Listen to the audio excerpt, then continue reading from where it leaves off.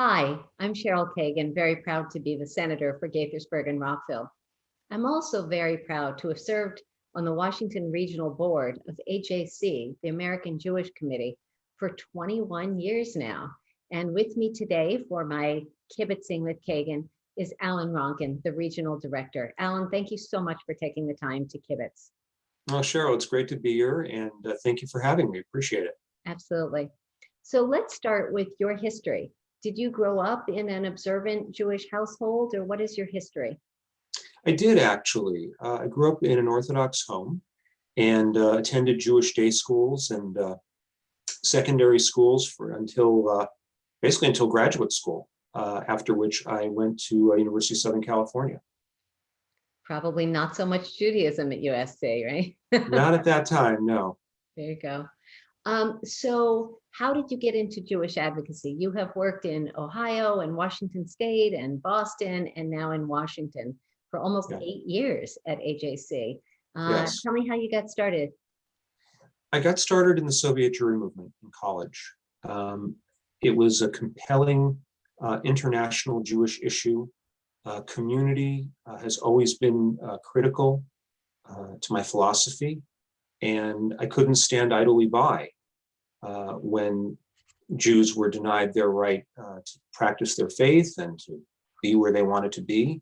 And so I got involved in that international movement, and I've been involved ever since in Jewish communal advocacy. That's great.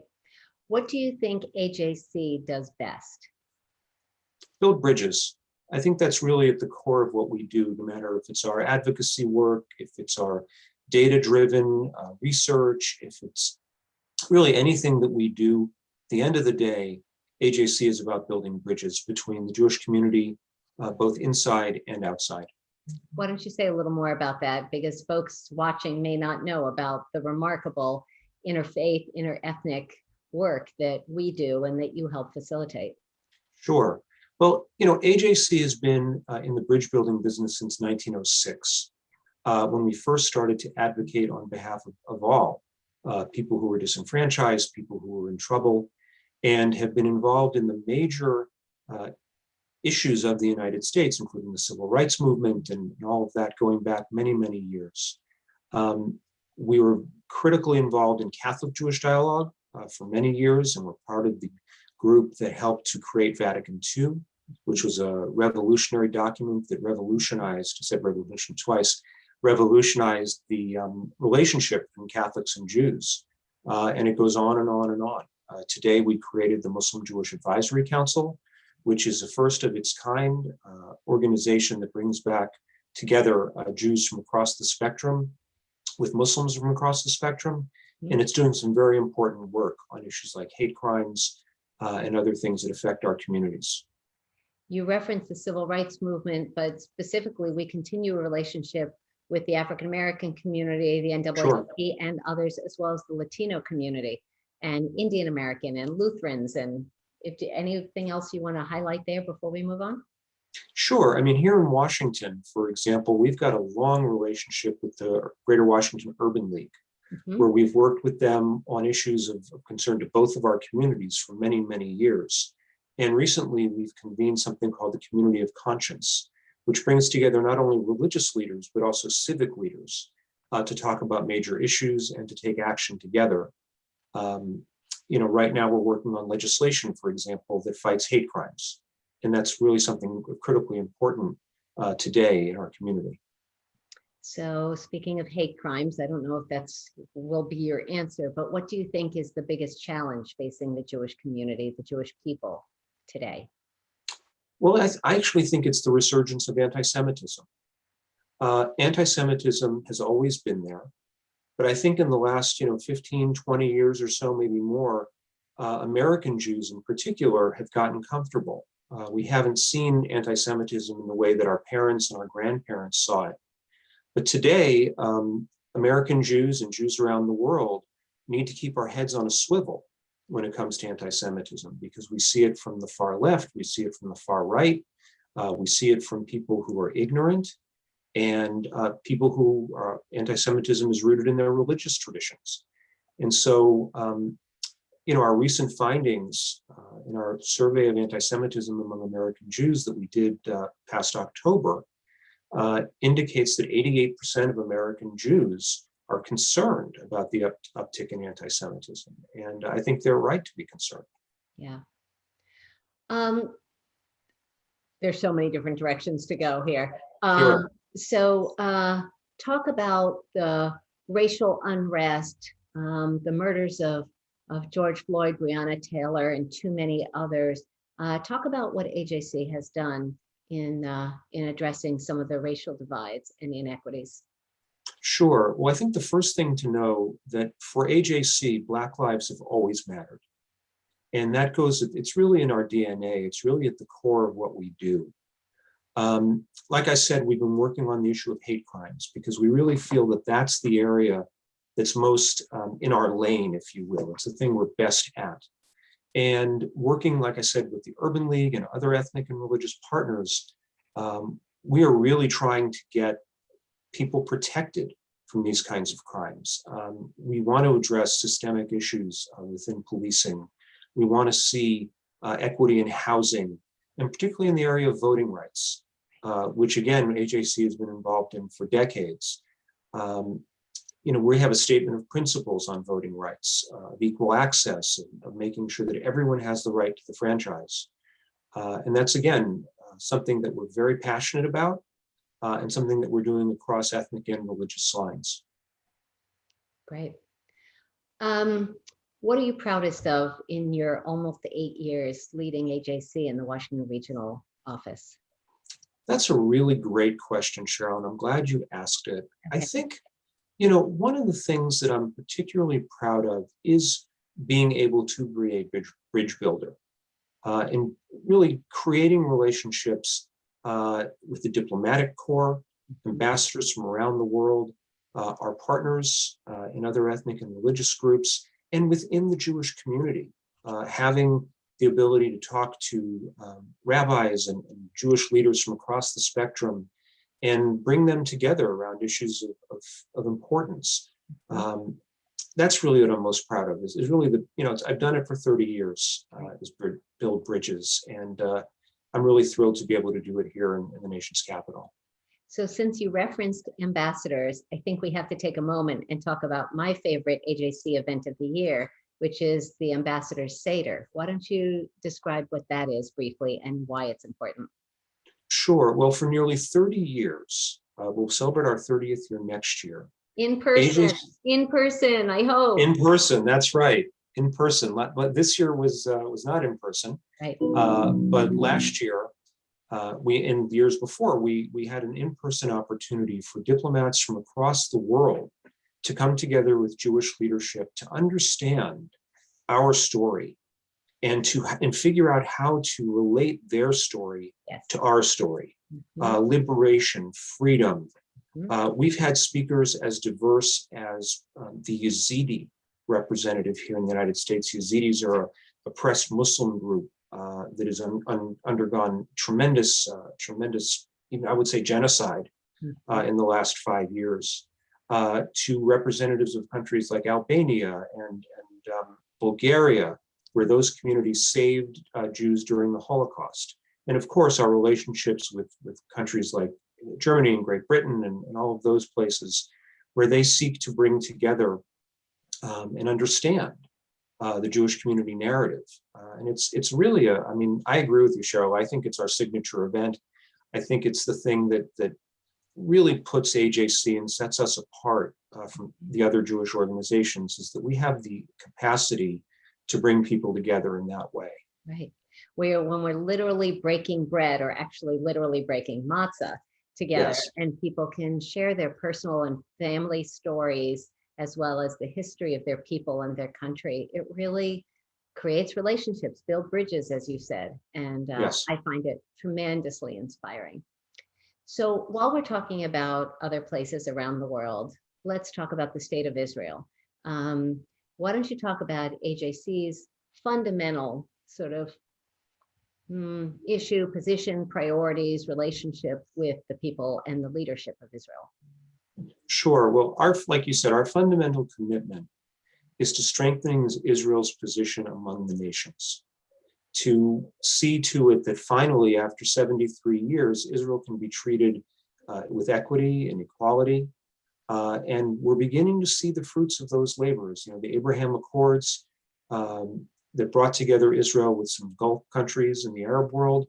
AJC has been working in those countries for many, many years to make connections and to build relationships. And we're seeing some fruit of those labors. We're deeply committed to a two-state solution and peace between Israel and its Palestinian neighbors. It's going to be quite an effort to get there, but we really believe that the two parties negotiating together can get to an equitable division of the land and figure out how to live together finally in peace. So we have an office in Jerusalem that builds these connections, that builds these bridges. We were the first American Jewish organization to be on the ground in Jerusalem with an office, and it's something we're extremely proud of. So before we leave that, Israel is not the only place where there is an AJC office. Why don't you give an idea of how where we're located in the US and then abroad? Well, we have 24 offices in the United States, in various cities where we cover a tremendous amount of real estate here in the United States.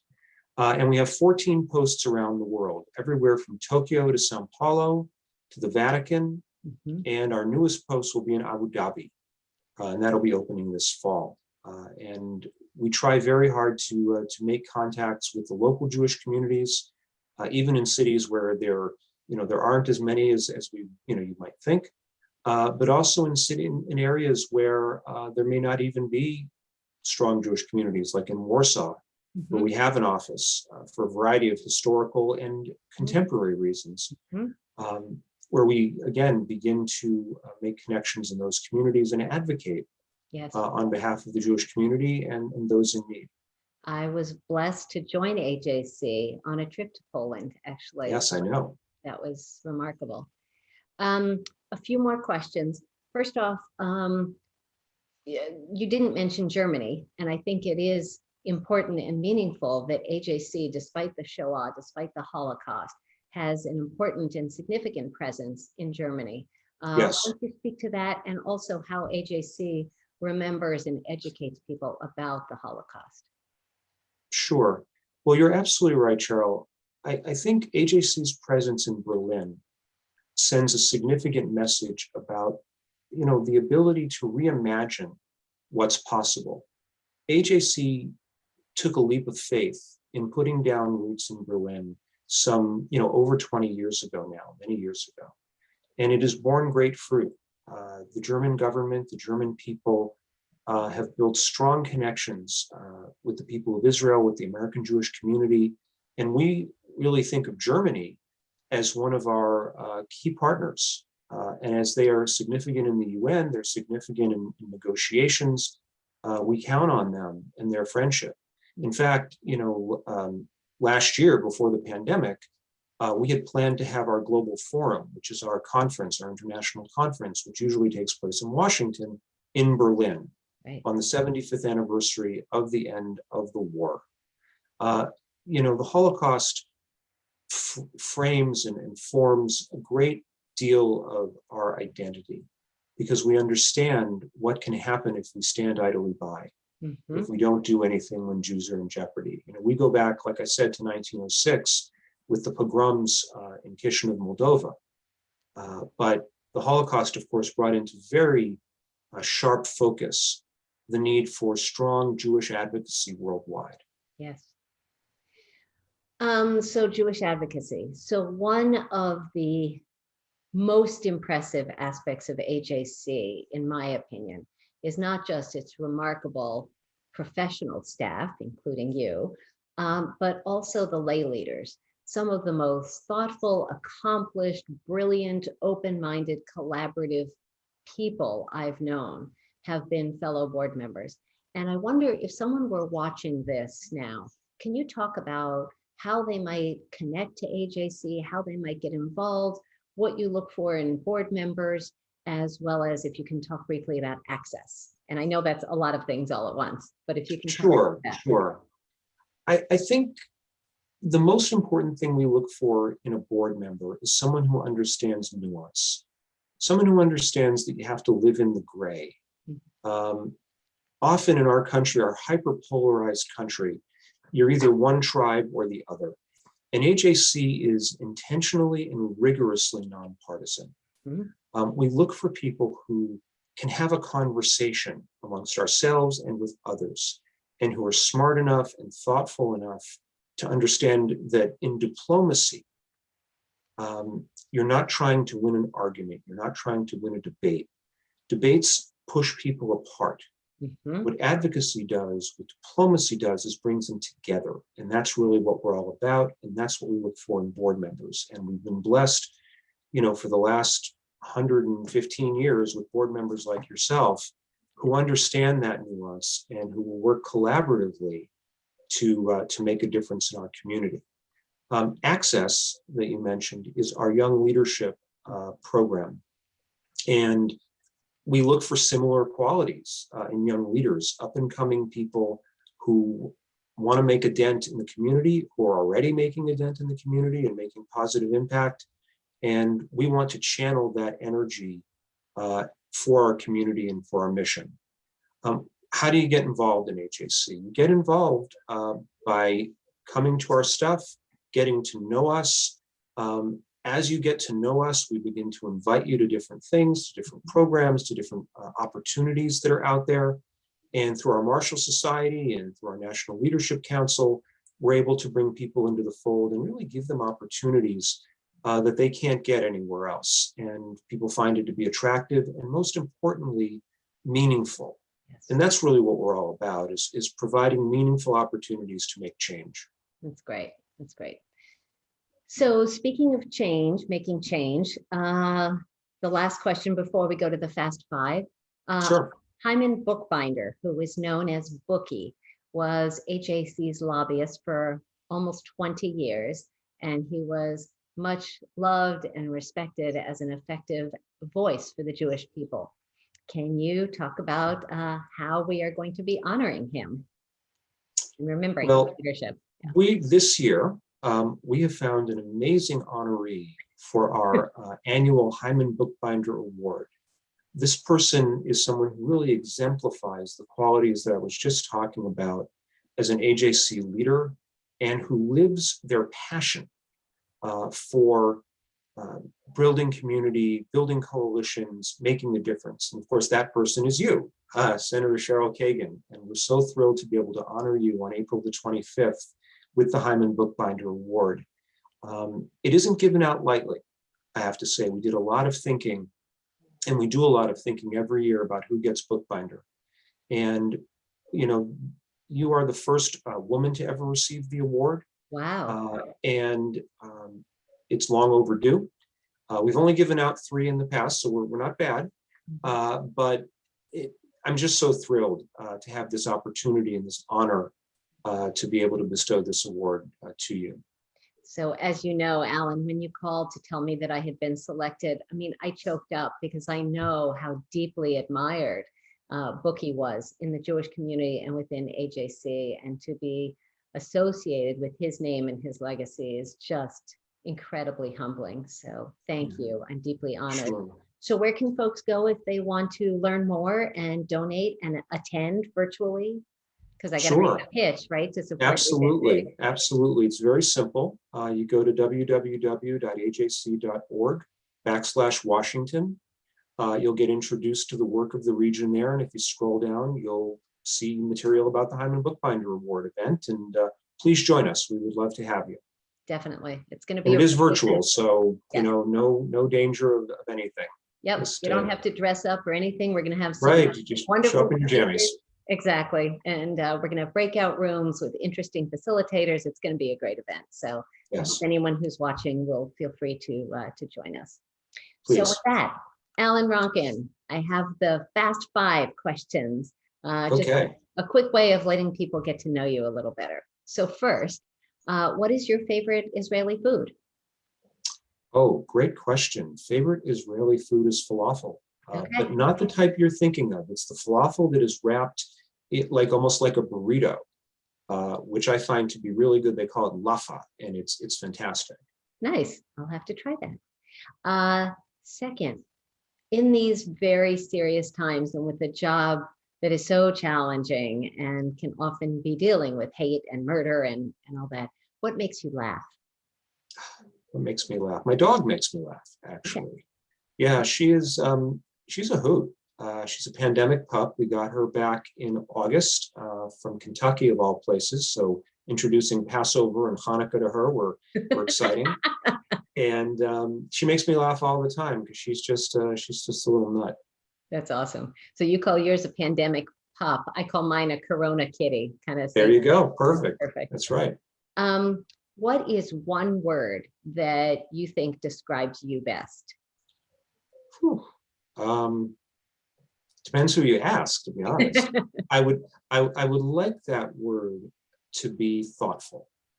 That's the word I would like. I think that's a good word. I think that's appropriate.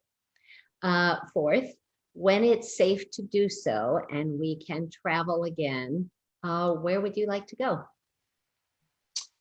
Well, my wife and I have been thinking about Sedona, getting off the grid and just seeing some of the natural beauty in an environment that is completely different than what we've done before. Yes, beautiful. Yeah, combine it with the Grand Canyon or absolutely and drive up and around. That's lovely. Yep. Good, good, good. The last question, Alan, is the one that I ask everybody. What is your hidden secret superpower? What is a skill that you have, something you're really good at that most people can't do? That's a really good question. I make people laugh a lot and people don't know. I have this very dry sense of humor, and I try to catch people off guard, and it tends to work. Nice. Very good. I like that. All right. Well, Alan, Ronkin, thank you for what you do every day as the leader of the American Jewish Committee in Washington and around the country, around the world, for building bridges, inspiring people to stay connected to the community and making a difference in your work and through your leadership. I'm honored. Thank you. To be one of Thank you so much for having me and for the work that you do every day in our community. You are truly an inspiration. Your long career in public service and really caring about people is an inspiration to us all. And thank you for having me. Really appreciate it. Thank you. I will see you on the 25th at the Bookbinder Award, and hopefully we will be together in person again before too long. Stay safe. I'd like that very much. Take care. Thank you, Alan.